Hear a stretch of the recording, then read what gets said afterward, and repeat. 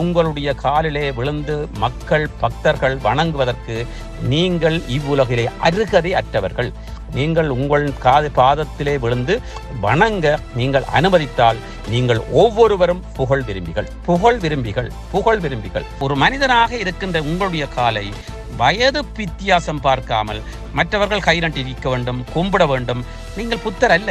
நீங்கள் புத்தர் வழியே வந்த ஒரு புத்த பகவானாக மாறுகின்றதுக்கு முயற்சி செய்து கொண்டிருப்பவர். அவர் தன்னை ஒரு புத்த பகவானாக நினைத்துக் கொள்கிறார்.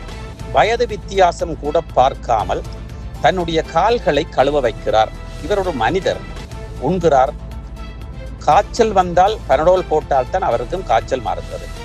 அப்படியான ஒரு துறவி எப்படி ஒரு புத்த பகவானை புத்த மதத்தினுடைய கடவுளாக நினைக்கிறார்கள்? சரியான ஒரு தியானத்தை கற்றுக்கொள்கின்ற ஒருவன் அவனால் பறக்க முடியும். சரியான தியானத்தை, மந்திர தியானத்தை கற்றுக்கொள்கின்ற ஒருவன் அவனுக்கு காதுக்குள் எலக்ட்ரிக் ஷாக் அடிக்கும். இது பலருக்கு, ஒரு சிலருக்கு நடந்த உண்மையான விடயங்கள். வணக்கம் லங்காபூர் ஊடக நேயர்களே, மீண்டும் ஒரு சிறப்பு செய்தி, ஒரு தனிநபர் செய்தியாக இருக்கிறது. காலத்தின் கட்டாயம் இவரை பற்றி நாங்கள் அலச வேண்டி இருப்பதால் இந்த அலசலை நாங்கள் முன்வைக்கின்றோம். இலங்கையின் இந்த அலசலை கடைசி வரையும் கேளுங்கள். அதன் பிற்பாடு உங்களுடைய அந்த விமர்சனங்களோ அல்லது வாழ்த்துதலோ, உங்களுடைய கருத்துக்களை கீழே பொறியுங்கள். அதன் முன்னாக எங்களுடைய யூடியூப் சேனலை சப்ஸ்கிரைப் செய்யுங்கள். பெல் பட்டனை அழுத்துங்கள் உடனடியாக செய்திகள் கிடைப்பதற்கு. சரி, அலசலுக்குள் வருவோம். தமிழ் பிக்கு என்றாலே உங்களுக்கு தெரியும்.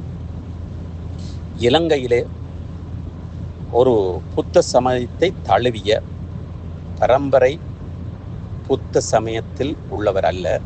ஒரு இந்துவாக இருந்து, ஒரு பிராமணனாக இருந்து, மலையகத்திலே பிறந்து அதன் பிற்பாடு புத்த சமயத்தை பிடித்து புத்தரை தழுவிய ஒருவர். புத்த சமயம் என்று கூற முடியாது. புத்தர் சமயம் என்ற புத்த சமயத்தை உருவாக்கவில்லை. சரி, புத்தருடைய கொள்கையை ஒரு புத்தராகவே வாழ்ந்து கொண்டிருப்பவர். இவரை நீங்கள் அதாவது அந்த 2009ஆம் ஆண்டு மெல்ல மெல்ல தமிழிலே ஒரு புத்த பிக்கு உரையாற்ற ஆரம்பித்தார்.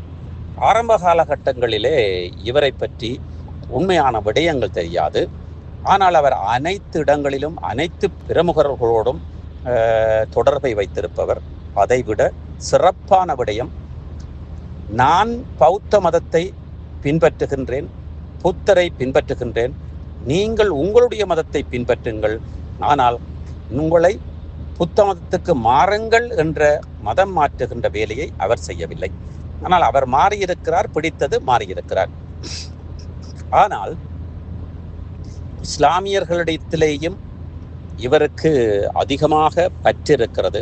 காரணம், அங்கேயும் பல விழாக்களிலே சென்று அவர் உரையாற்றியிருக்கிறார், பங்கு கொண்டிருக்கிறார். ஒரு பௌத்த துறவியை அழைப்பதாக இருந்தால் இஸ்லாமியர்கள் இவரைத்தான் அழைப்பது வழக்கமாக இருக்கிறது, 99%. அதைவிட சைவர்கள் மற்றும் இந்துக்களும் அழைப்பதாக இருந்தால் இவரைத்தான் அழைத்து கொண்டிருக்கிறார்கள் என்பதும் தெரிந்த விடயம். அதே வேளையிலே ஊடகங்கள் கூட தமிழிலேயும் சிங்களத்திலேயும் ஒரு பௌத்தம், தமிழ் தொடர்பான, தமிழர்கள் தொடர்பான அல்லது இஸ்லாமியர்கள் தொடர்பான ஒரு பிரச்சனையாக இருந்தால் இவரை அழைத்து செவி காண்பதை நாங்கள் பார்க்கக்கூடியதாக இருக்கிறது. மற்றும் இவர் மலையக அடிவாரத்திலே பிறந்து வளர்ந்ததன் காரணத்தினால் அவருக்கு மலைய மக்கள் மீதும் மேலும் பெரிய பற்றும் ஒரு பிரியமும் இருக்கிறது. காரணம், ஒன்றோடு ஒன்றாக பிறந்து வளர்ந்த ஒருவர், படித்த ஒருவர். அதைவிட அவருடைய தாய் தந்தையரும் அங்கேயே பிறந்து வளர்ந்த ஒருவர். ஆனால் அவர் இந்திய வம்சாவளியாக இருக்கலாமே தவிர, ஆனால் ஒரு பிராமண குலத்திலே பிறந்து ஒரு பௌத்த மதத்தை தழுவி சேவையாற்றி கொண்டிருக்கின்ற ஒருவர். என்ன விடயம் என்றால், தற்பொழுது அவரை பற்றிய ஒரு சில விமர்சனங்கள் புறப்பட்டிருக்கிறது. விமர்சனம் என்றால், அவர் தன்னை ஒரு புத்த பகவானாக நினைத்து கொள்கிறார். வயது வித்தியாசம் கூட பார்க்காமல் தன்னுடைய கால்களை கழுவ வைக்கிறார். இவர் ஒரு மனிதர், உண்கிறார். காய்ச்சல் வந்தால் பனடோல் போட்டால் தான் அவருக்கும் காய்ச்சல் மாறுகிறது. அப்படியான ஒரு துறவி எப்படி ஒரு புத்த பகவானை புத்த மதத்தினுடைய கடவுளாக நினைக்கிறார்கள்? ஆனால் புத்தர் எப்பொழுதுமே சொல்லவில்லை, புத்த மதம் என்று கூறவில்லை. புத்த மதம் ஒன்று இல்லை.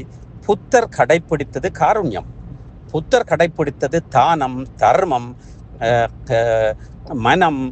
இதை வைத்துத்தான் புத்தர் நகர்ந்து கொண்டு நீ உண்மையிலே ஒரு துறவியாக இருக்க வேண்டுமாக இருந்தால் அனைத்து ஆசாபாசங்களையும் உதற வேண்டும். அதே வேளையிலே அடுத்தவனை சுகமாக்க முடியும்.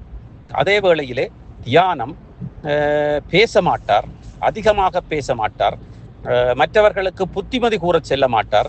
அவரை பார்த்தாலே அவர்களுக்கு புத்திமதியாக ஏற்படும். அப்படி இருந்த ஒரு புத்தர் உடைய அந்த கொள்கையை பரப்புகின்ற, அந்த கொள்கையை எடுத்துரைக்கின்ற, கடைப்பிடிக்கின்ற இந்த ராகுல தேரர் அவர்களை இப்படியான ஒரு சில விடயங்கள் மற்றும் மாலை மரியாதையை விரும்புவது, கால் கழுவுவதை விரும்புவது, அவருக்கு பெரும்பாக அமர்க்கை எங்கேயாவது புத்தருடைய புகைப்படங்களிலே சரி கீறப்பட்ட, வர்ணிக்கப்பட்ட அல்லது கற்பனை செய்து கீறப்பட்ட படத்திலாவது நாங்கள் பார்க்கவில்லை. புத்தருக்கு புறம்பான ஆசனம் வழங்கி சீடர்கள் இருக்க புத்தர் போதனை செய்வதாகவும், புத்தருக்கு ராஜமரியாதை கொடுத்து ஒரு நாட்டு அரசனுக்கு கொடுக்கின்ற, ஒரு போர் வீரனுக்கு கொடுக்கின்ற மரியாதையை கூட கொடுக்காத மரியாதையை இவருக்கு, அதாவது புத்தருக்கு கொடுத்ததை நாங்கள் பார்க்கவே இல்லை. அந்த வகையிலே இப்பொழுது இருக்கின்ற பௌத்த துறவிகளுடைய போக்கை நாங்கள் பார்க்கின்ற பொழுது, நான் உண்மையிலேயே புத்தர் கூறிவிட்டு போறது, நீ புத்தனாக மாறு, நீ புத்தனாக மாறு, என்னை வணங்காதே, நீயும் புத்தனாக மாறு, நீயும் புத்தனாக வாழ். ஆனால் புத்தனாக வாழ்ந்தால் அதற்கு கூட எளிமையாக இருக்க வேண்டியதுதான் உண்மையான அந்த புத்தருடைய வழிகாட்டல். அடுத்தவரை பார்வையிலே குணப்படுத்தக்கூடியவர்கள். இப்ப புத்தரை நாங்கள் ஒழுகின்றோம், நாங்கள் புத்தரை போல இருக்கின்றோம் என்று இவர்கள் நினைப்பதாக இருந்தால் நிச்சயமாக இவர்கள் பலரை குணமாக்க வேண்டும். மக்கள் அருகால் போகின்ற பொழுது குணமாக வேண்டும். பசியை அப்படி பல விடயங்களை செய்தவர் புத்தர். ஆனால் இது மாயாஜாலம் அல்ல, அது அவருடைய தியான ஆற்றல். அவர் இருந்த தியான ஆற்றல், அவருக்கு இருந்த அந்த அபூர்வ சக்தி. அதனால் அவர் குணமாக்கினார். அவர் தன்னை மிகப்படுத்தி பேசவில்லை. என்னால் குணமாக்கப்பட்டது என்று அவர் எப்பொழுதும் பேசவில்லை. அந்த பிரபஞ்ச சக்தியால் குணப்படுத்தப்பட்டது. நீயும் புத்தனாக மாறு, புத்தனாக வாழ்கின்ற பொழுது நிச்சயமாக உனக்கும் அந்த பிரபஞ்ச சக்தி உனக்கும் கிடைக்கும். அப்பொழுது நீ அனைவரையும் குணமாக்க முடியும். உன்னால் அல்ல, நீயும் வெறும் சன்மானிய மனிதன் என்று கூறிவிட்டு போன புத்தரை கடவுளாக்கிவிட்டு தாங்களும் புத்தராக வாழ்வதை போன்று இவர்கள் நடந்து கொண்டிருப்பது, இந்த ராகுல தேரர் உட்பட நடந்து கொண்டிருப்பதை பலர் அவர்களுடைய அந்த அணுகுமுறைகள், அவர்கள் மற்றவர்களிடத்தில் இருந்து மற்றவர்கள் மதிக்க வேண்டும், மற்றவர்கள் தங்களை துதிக்க வேண்டும் என்று நினைக்கின்ற போர்வையிலே, நினைக்கின்ற அளவிற்கு அவர்களுக்கு மக்களுக்கு பக்தர்களுக்கு அழுத்தம் கொடுக்கின்றது போன்று இவர்கள் நடப்பதை உதாரணமாக காட்டி குற்றம் குறை கூறிக்கொண்டிருக்கிறார்கள். பௌத்த மதத்திலே இருப்பவர்களும் கூட, அதாவது மற்ற மதத்திலே இருப்பவர்கள் மாத்திரமல்ல, பௌத்த மதத்திலே இருப்பவர்கள் கூட முன்னுக்கு போவர் காலில் விழுவதால் மற்றவர்களும் வீழ்கிறார்கள். உதாரணத்திற்கு நாங்கள் எடுத்துக்கொள்கின்ற பொழுது இந்து ஆலயங்களிலும் சில பூசாரிகள் அவர் வீட்டிலே 1000 பிரச்சனை இருக்கும், 1000 பிரச்சனை இருக்கும். ஆனால் அவர் விபூதி கொடுப்பார், விபூதி பூசி விடுவார். ஆனால் அப்பொழுது விபூதி என்பது என்ன? நெத்தியில் கை வைப்பது என்ன? தன்னுடைய உள்ள ஆற்றலை மற்றவர்களுக்கு பாய்ச்சுவது. ஏன் தலையில் கை வைத்து ஆசீர்வாதம் வழங்குகிறார்கள்? அது கிறிஸ்தவர்களாக இருக்கட்டும், இஸ்லாமியர்களாக இருக்கட்டும், இந்துக்களாக இருக்கட்டும், பௌத்தர்களாக இருக்க, எந்த மதமாக இருந்தாலும் அவர்கள் தங்களுக்குள் இருக்கின்ற அந்த பொசிட்டிவான அந்த எனர்ஜியை எடுத்து, அந்த ஆற்றலை எடுத்து மற்றவர்களுக்கு கையூடாக பாய்ச்சுகிறார்கள். இது சாதாரணமாக ஒரு விஞ்ஞான முறையிலே கண்டுபிடிக்கப்பட்ட விடயம். இது அவர்களுக்கு இருக்கின்ற ஆற்றல் அல்ல, பிரபஞ்ச சக்தியை சேமித்து வைத்திருக்கிறார்கள். எப்படி? தியானத்தினூடாக, மந்திர தியானத்தினூடாக சேர்த்து வைத்த அந்த ஆற்றலை மற்றவர்களுக்கு பாய்ச்சுகிறார்கள். இதற்கு மதம் தேவையில்லை. தியானத்திற்கும் மதத்திற்கும் தொடர்பே இல்லை. சரியான ஒரு தியானத்தை கற்றுக்கொள்கின்ற ஒருவன் அவனால் பறக்க முடியும். சரியான தியானத்தை, மந்திர தியானத்தை கற்றுக்கொள்கின்ற ஒருவன் அவனுக்கு காதுக்குள் எலக்ட்ரிக் ஷோக் அடிக்கும். இது பலருக்கு, ஒரு சிலருக்கு நடந்த உண்மையான விடயங்கள். சரியான முறையிலே தியானம் இருந்த புத்தருக்கு ஏன் அப்படி இருக்காது? ஒரு சில மனத்தியாலங்கள் ஒவ்வொரு நாளும் இருக்கின்ற ஒரு சன்மானியமான இந்த கலியுகத்திலே இருக்கின்ற மாமிசம் உண்ணுகின்ற ஒருவனுக்கு அது ஏற்படுகிறதா இருந்தால், ஏன் 24 மணி நேரமும் தியான ஆற்றலிலே, சைவர் பாகையிலே, உறைந்த நிலையிலே இருந்து அந்த எனர்ஜியை, அந்த ஆற்றலை நெற்றிப்பொட்டினூடாகவும், அந்த துரியத்தினூடாக, அந்த உச்சந்தலையினூடாகவும், அந்த 7 சக்கரத்தினூடாகவும் சுற்றி சுற்றி சுற்றி உடம்பு நிறைய ஒரு பட்டிக்கு சார்ஜ் ஏற்றுவது போல் ஏற்றிய புத்தரால் ஏன் முடியாது? நிச்சயமாக அவர் செய்தார், அதிலே கொச்சை இல்லை. அதுவும் அவர் அரச மரத்துக்கு கீழே இருந்து ஞானம் பெற்றார் என்று கூறப்படுகிறதே தவிர, அரச மரம் எவ்வளவு தூரம் ஆற்றல் உள்ளது என்பது நாங்கள் சொல்ல வேண்டிய அவசியமில்லை. அரச மரத்து இலையினுடைய கூர் இருக்கிறதே, அந்த கூர் தான் அந்த ஆற்றலை இழுத்து கொடுக்கிறது. வேப்பமிலை கூர்கள், வேப்பமிலைக்கு இருக்கிற ஆற்றல் அந்த கூர்கள், அந்த முனைகள், அந்த அந்த அந்த அந்த ஒவ்வொரு இலையில் இருக்கின்ற விளிம்புகள், இவைதான் இழுத்து கொடுக்கிறது. வில்வமிலை, இதற்காகத்தான் வேப்பமிலையை, வில்வமிலையை, மற்ற அரசமிலையை கோவில்களுக்கு உபயோகிக்கிறார்கள். மற்றும் அரச மரத்தை புத்தர் ஞானம் பெற்றார் என்று அறியாமல் அவர்கள் செய்து கொண்டிருக்கிறார்கள். உண்மை, அந்த அரச மரத்துக்குள்ள ஆற்றல் வெளிநாடுகளிலே கூறுகிறார்கள். வெளிநாட்டிலே இருப்பவர்கள் வீட்டிலே வளர்க்கிறார்கள். அந்த அரச மரத்தை வீட்டிலே வளர்க்கிறார்கள். அந்த அரச மரம் எவ்வளவு தூரம் அந்த இலை கூறாக இருக்கிறதோ அவ்வளவு தூரம் அதிக ஆற்றலை கொடுக்கக்கூடியது. இதை ராகுல தேரருக்கு தெரியுமோ தெரியாதோ இல்லை. ஆனால் அவர் நினைத்துக் கொண்டிருப்பது, சில பிக்குக்கள் நினைத்துக் கொண்டிருப்பது, எங்களுக்கு ஆற்றல் காவி உடையை உடுத்து வெறும் தியானம் சில நேரம் இருந்து மந்திரத்தை ஓதினால் மாத்திரம் ஆற்றல் அல்ல, மனதையும் சுத்தமாக வைத்திருக்க வேண்டும், உடலை சுத்தமாக வைத்திருக்க வேண்டும், 9 வாசல்களை சுத்தமாக வைத்திருக்க வேண்டும், நான் ஸ்டாப்பில் தியானத்தில் இருந்தும் மந்திரத்தை ஓத வேண்டும், படுக்கையிலே இருக்கின்ற பொழுதும் தன்னை அறியாமல் மந்திரத்தை ஓத வேண்டும், எழும்புகின்ற பொழுது மந்திரத்தை ஓதி ஓதி எழும்புகின்ற அளவிற்கு இருக்க வேண்டும். இது சன்மானிய மனுஷனாக இப்பொழுதும் மாமிசம் சாப்பிடுகின்ற ஒரு சிலர் சன்மானிய வியாபாரிகளாக இருந்து கொண்டு செய்து கொண்டிருக்கிறார்கள். இது எங்களுக்கு ஆதாரமாக இருக்கின்ற விடயம். இதை சில பிக்குமார் வந்தார்களாக இருந்தால் அவர்களிடத்தில் விட்டு நாங்கள் அவர்களுக்கு பயிற்சி கொடுக்க முடியும். ஆனால் இவர்கள் முதலிலே, நாங்கள் அனைத்து பௌத்த துறவிகளையும் பேசவில்லை. பல பௌத்த துறவிகள் அமைதியாக இருக்கிறார்கள். அவர்களுக்கு கிட்ட பொங்கல் நிச்சயமாக புத்த பகவான் கூறிவிட்டு போன அந்த தியானத்தையும் அந்த ஆற்றலையும் ஓரளவாவது பெற்றவர்களாக இருக்கிறார்கள். அவர்களுடைய மனதிலே துவேஷம் இல்லை, அரசாங்கத்தை பற்றி கவலை இல்லை, மக்களை பற்றி கவலை இல்லை, அத்தோடு கூட தங்களை பற்றியே கவலை இல்லை. தங்களையே மறந்தவர்கள்தான் அந்த பௌத்த துறவிகள். அப்படி கிட்டத்தட்ட 65க்கு மேற்பட்ட வீதமான துறவிகள், அந்த பௌத்த துறவிகள் உலகளாவிய ரீதியிலே இருக்கிறார்கள். தாய்லாந்திலே இருக்கிறார்கள், சைனாவிலே இருக்கிறார்கள், மற்றும் ஜப்பானில் இருக்கிறார்கள், பல நாடுகளிலே இருக்கிறார்கள். அதே வேளையிலே இலங்கையிலும் அப்படியானவர்கள் ஓரத்திலே இருக்கிறார்கள், காட்டுக்குள் இருக்கிறார்கள், வெளிநாடுகளிலே கூட இருக்கிறார்கள். அவர்களுக்கு தெரிந்தது தியானம், மந்திரம், புத்தருடைய வழி, காருண்யம். இந்த காருண்யத்தின் ஊடாக அவர்கள் பிச்சை வாங்கி சாப்பிடுவதென்றால் அவர்கள் தங்களுக்கு எந்த சொத்தும் இல்லை, சுகமும் இல்லை, குடும்பம் இல்லை, பிள்ளை இல்லை, பிள்ளையை பற்றி அக்கறை இல்லை, அவர்களுக்கு ஊரிலே அனர்த்தம் வந்தாலும் அவருக்கு அக்கறை இல்லை, அவரை பற்றி பேசினாலும் அக்கறை இல்லை. இப்படி இருக்கின்றவர்கள் தான் சரியான ஒரு புத்த பகவானுடைய சீடர்கள் என்பதை விட புத்த பகவான் வழிவந்த புத்தர்கள், புத்த விழுதுகள் என்று கூறலாம்.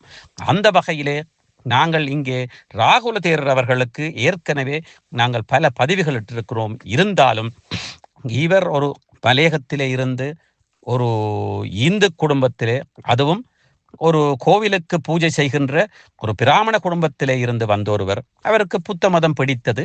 அவர் அந்த புத்த மதத்தை தழுவினார். இப்பொழுது இருந்து கொண்டிருக்கிறார். ஆனால் அவர் வந்ததன் பிற்பாடுதான் தமிழர்களுடைய பிரச்சனை, இஸ்லாமியர்களுடைய பிரச்சனை, சிங்களவர்களுடைய பிரச்சனை என்று நிலையிலே நின்று பேசிக் கொண்டிருக்கிறார். அவர் பௌத்த துறவிகளுக்கும் ஆதரவானவர் அல்ல, இஸ்லாமிய மௌலவிகளுக்கும் ஆதரவானவர்கள் அல்ல, இந்து பிராமணர்களுக்கும் ஆதரவானவர்கள் அல்ல, ஆனால் எதிரானவரும் அல்ல. சரியான விடயத்தை நேரடியாக பேசிக் கொண்டிருக்கிறார். ஆனால் நிச்சயமாக நாங்கள் அவரை ஆதரிக்க வேண்டும். அதுவும் இஸ்லாமியர்கள் மற்றும் இந்துக்கள், சைவர்கள் நாங்கள் கட்டாயம் ஆதரிக்க வேண்டும். பௌத்தர்களும் ஆதரிக்க வேண்டும். காரணம், இவரூடாக பல நல்ல செயல்கள் வெளியே வந்து கொண்டிருக்கிறது. இருந்தாலும் ஒவ்வாத செயல்களையும் அவர் செய்து கொண்டிருக்கிறார். நடைமைக்கு, அதாவது வழக்கத்துக்கு மாறாக காலிலே விழுந்து வணங்குவது. சரி, அவரை விட வயது குறைந்தவர்கள் அவருடைய காலிலே விழுந்து வணங்குகிறார்.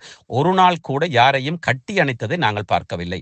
ஏன் கட்டி அணைத்தால் நீங்கள் குறைந்து போவீர்களா? நீங்கள் கட்டி அணைக்கின்ற பொழுது உங்களுடைய ஆற்றல் மற்றவர்களுக்கு சேர்ந்து அந்த ஆற்றலுடனாக அவர்களுக்கு மேலும் நல்லது நடக்கலாமே. ஏன் அப்படி செய்வதில்லை? நீங்கள் யாராவது வயது மூத்தவர்களுடைய காலை கழுவி இருக்கிறீர்களா? உங்களுடைய அப்பா அம்மாவுடைய காலை கழுவி இருக்கிறீர்களா என்பது எங்களுக்கு தெரியாது. ஆனால் உங்களுடைய காலை, ஒரு மனிதனாக இருக்கின்ற உங்களுடைய காலை வயது வித்தியாசம் பார்க்காமல் மற்றவர்கள் கை நட்டிருக்க வேண்டும், கும்பிட வேண்டும். நீங்கள் புத்தர் அல்ல. நீங்கள் புத்தரில் வழியே வந்த ஒரு புத்த பகவானாக மாறுகின்றதுக்கு முயற்சி செய்து கொண்டிருப்பவர். நீங்கள் பொதுவாக செய்கின்ற, உண்மையிலேயே ஒரு புத்த துறவி அரசியல் பேச மாட்டார், தன்னை பற்றியே பேச மாட்டார், மற்றவர்களை பற்றி பேச வேண்டிய அவசியம் இல்லை, பொதுமக்களுடைய நன்மை தீமைக்கு பெற மாட்டார். அவர் புத்தர் எப்படி இருந்தாரோ அப்படித்தான் இருப்பார். ஆனால் புத்த பகவான் அப்படி இருக்க வேண்டுமாக இருந்தால் அந்த அரச குலத்திலே பிறந்தவர் ஒரு அரசனாக இருந்து கொண்டு அதனை போதித்திருக்கலாம். அந்த பதவியையும் மக்களை பற்றியும் குடும்பத்தை பற்றியும் அக்கறை இல்லாமல், காரணம் அழிந்து போகின்ற உடல் எப்பவும் அழிந்து போகட்டும், இதுதான் புத்தருடைய வழி. ஆனால் நீங்கள் அப்படி அல்ல. நீங்கள் உங்களுடைய உடல் இருக்க வேண்டும், புகழ் இருக்க வேண்டும், பெயர் இருக்க வேண்டும், உங்களை 4 பேர் வாழ்த்த வேண்டும், செம்கம்பளம் விரிக்க வேண்டும், மாலை போட வேண்டும். இது எல்லாம் விரும்புகின்ற நீங்கள் புத்த பகவானுக்கு சரி சமனமானவர் அல்ல. ஆனால் புத்த மதம் என்று இடையிலே கொண்டு வரப்பட்ட மதத்தின் பின்னால் வந்த நீங்கள் யாருமே புத்த பகவானுக்கு சரி நிகரானவர்கள் அல்ல. புத்த பகவானுக்கு முன்பாக, அதாவது புத்த மதம் வருவதற்கு முன்பாக இருந்தவர்கள் சில வேளைகளில் புத்த பகவானுக்கு அடுத்த ஒரு நாயன்மார்களாக, மத தூதுவர்களாக இருக்கலாமே தவிர உங்களை எல்லாம் பொதுவாக புத்த பகவானுடைய பல விடயங்கள், அதைத்தான் நாங்கள் திருப்பி கூறுகின்றோம். புத்த பகவான் அரசனாக இருந்து குடும்பத்திலே பிறந்த ஒருவர் அந்த அரசனாக இருந்து கொண்டு தான் அந்த போதனையை செய்திருக்கலாம். அவர் செய்யவில்லை. எனக்கு பதவி தேவையில்லை, பட்டம் தேவையில்லை, குடும்பம் தேவையில்லை, ஊர் தேவையில்லை, மக்கள் தேவையில்லை, இதுதான் வழி, மனம்தான் ஒன்று.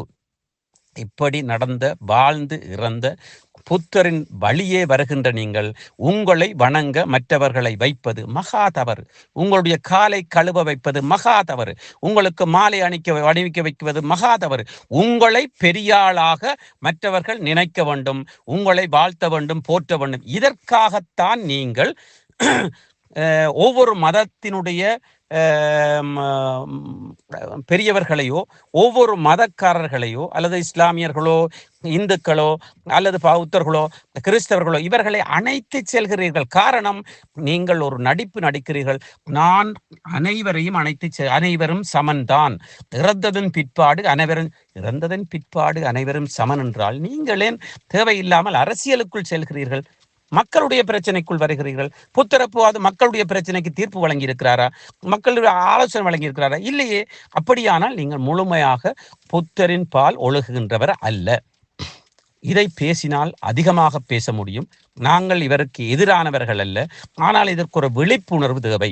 புத்த பிக்குவாக இருந்தாலும் சரி, மௌலவியாக இருந்தாலும் சரி, ஒரு ஒரு ஒரு ஒரு ஒரு தேவாலயத்தினுடைய பாதிரியாக இருந்தாலும் சரி, ஒரு பூசாரியாகவோ ஒரு பிராமணனாக இருந்தாலும் சரி, உங்களுடைய காலிலே விழுந்து மக்கள் பக்தர்கள் வணங்குவதற்கு நீங்கள் இவ்வுலகிலே அருகதை அற்றவர்கள். நீங்கள் உங்கள் பாதத்திலே விழுந்து வணங்க நீங்கள் அனுமதித்தால் நீங்கள் ஒவ்வொருவரும் புகழ் விரும்பிகள், புகழ் விரும்பிகள், புகழ் விரும்பிகள். தயவு செய்து அப்பா அம்மாவுடைய பாதத்தில் விழுந்தால் அவர்கள் தொப்புள் கொடி உறவு, அவர்களுடைய ஆழ்மனதிலே இருந்து வாழ்த்துதல் பெறும். ஒரு மனைவி கணவனுடைய காலிலேயோ கணவன் மனைவியினுடைய காலிலேயோ வீழ்ந்து வணங்குவதனால் அது அந்த ஆழ்மன சக்தியிலிருந்து ஆழ்மனத்திலிருந்து வருகின்ற வாழ்த்துக்கள். உங்களூடாக நீங்கள் மந்திரத்தை ஓதுவீர்கள், ஏதோ ஒன்று செய்வீர்கள், தலையை கையை வைப்பீர்கள். அப்படியானால் நீங்கள் புத்தரை போல ஆற்றல் பெற்று, அதாவது எல்லா இன்ப துன்பங்களையும் வெறுத்து புத்தரை போல ஆற்றல் பெற்று 24 மணி நேரம், சரி அதை விடுங்க, ஒரு 12 மணி நேரம், அது சரி, ஒரு ஒரு ஒரு ஒரு 6 மணி நேரம் தொடர்ந்து தியானம் செய்து மந்திரங்களை ஓதி உங்களுக்கு ஆற்றலை அதிகரித்து அதன் பிற்பாடு நீங்கள் தலையிலே கை வையுங்கள். நிச்சயமாக என்ன நடக்கிறது என்று பாருங்கள். ஒரு வருத்தக்காரன் சுகமாகுவான். இது இந்த கலியுகத்திலும் முடிந்த விடயம். மந்திர தியானம் என்பது உண்மையிலேயே இந்துக்களால், சைவர்களால், அந்த சித்தர்களால் ஏற்படுத்தப்பட்ட விடயம். இதை யாருமே இப்பொழுது பெரிதாக கண்டுகொள்வதில்லை. அர்ச்சனை செய்வதாக இருந்தால் பெயர் நட்சத்திரம், அவர்களுடைய ராசி நட்சத்திரம் சொல்லுகிறார்கள், பேசுகிறார்கள். அதில் என்ன இருக்க போகிறது? அந்த அர்ச்சனை செய்வதெல்லாம் முறையின்படி அவரவர் தன்னுடைய ராசி பலன் கூறி தான் அர்ச்சனை செய்ய வேண்டும். கடவுள் என்கின்ற அந்த பொதுவான சக்தி, அந்த பிரபஞ்ச சக்தியிடம் கூறி அங்கே இருந்து அந்த ஆற்றலை பெற்றுக்கொள்ள வேண்டும், தவிர இடைத்தரகர்கள் தேவையில்லை. இது போலதான் பூசாரிகள், மௌலவிகள், பிக்குக்கள் மற்றும் பாதிரியார்கள், இடைத்தரகர்கள் தேவையில்லை. நீங்க வழியை காட்டி விடுங்கள், அவர்கள் அந்த வழியிலே நடக்க வேண்டும். புத்தன் கூறியது போல நீ புத்தனாக மாறு, எனக்கு சிசியனாக மாறாதே என்று கூறியது போல எந்த மதத்தில் செய்வார்கள்? இந்த கலியுகத்தில் நடக்காத விடயம். கலியுகத்தில் இப்படியான ராகுல தேரர் போன்றவர்கள், அது இந்து சமயத்திலேயும் சரி, இஸ்லாமிய சமயத்திலேயும் சரி,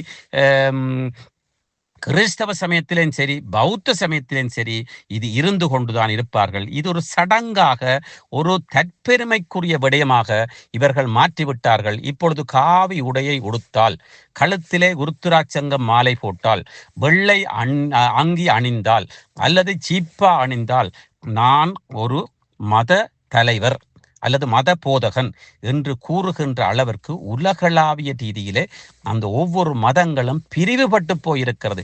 இஸ்லாமிய மதத்திலே 64 பிரிவுகள் இருக்கிறது. இந்து மதத்திலே சொல்ல முடியாத அளவு பிரிவுகள் இருக்கிறது.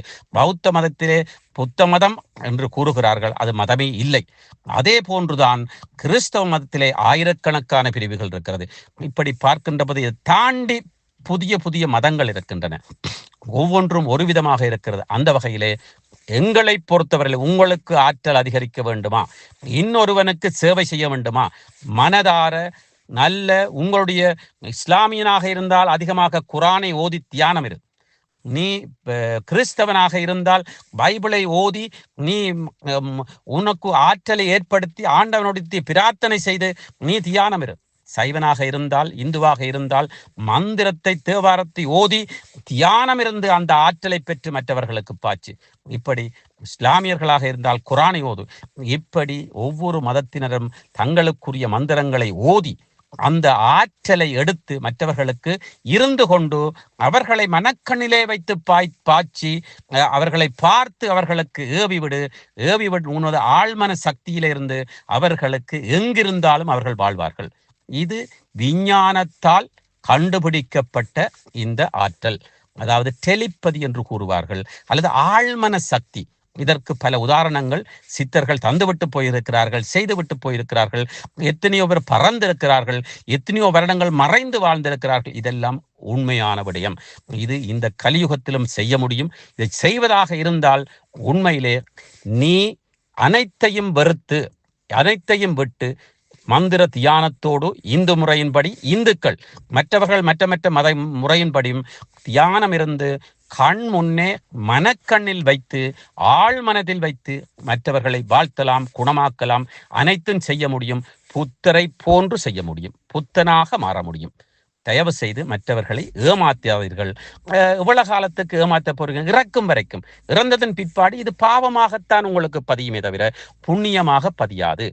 அவரவர் செய்ய வேண்டிய இடத்திலிருந்து அவரவர் செய்ய வேண்டிய விடயங்களை செய்ய வேண்டும்.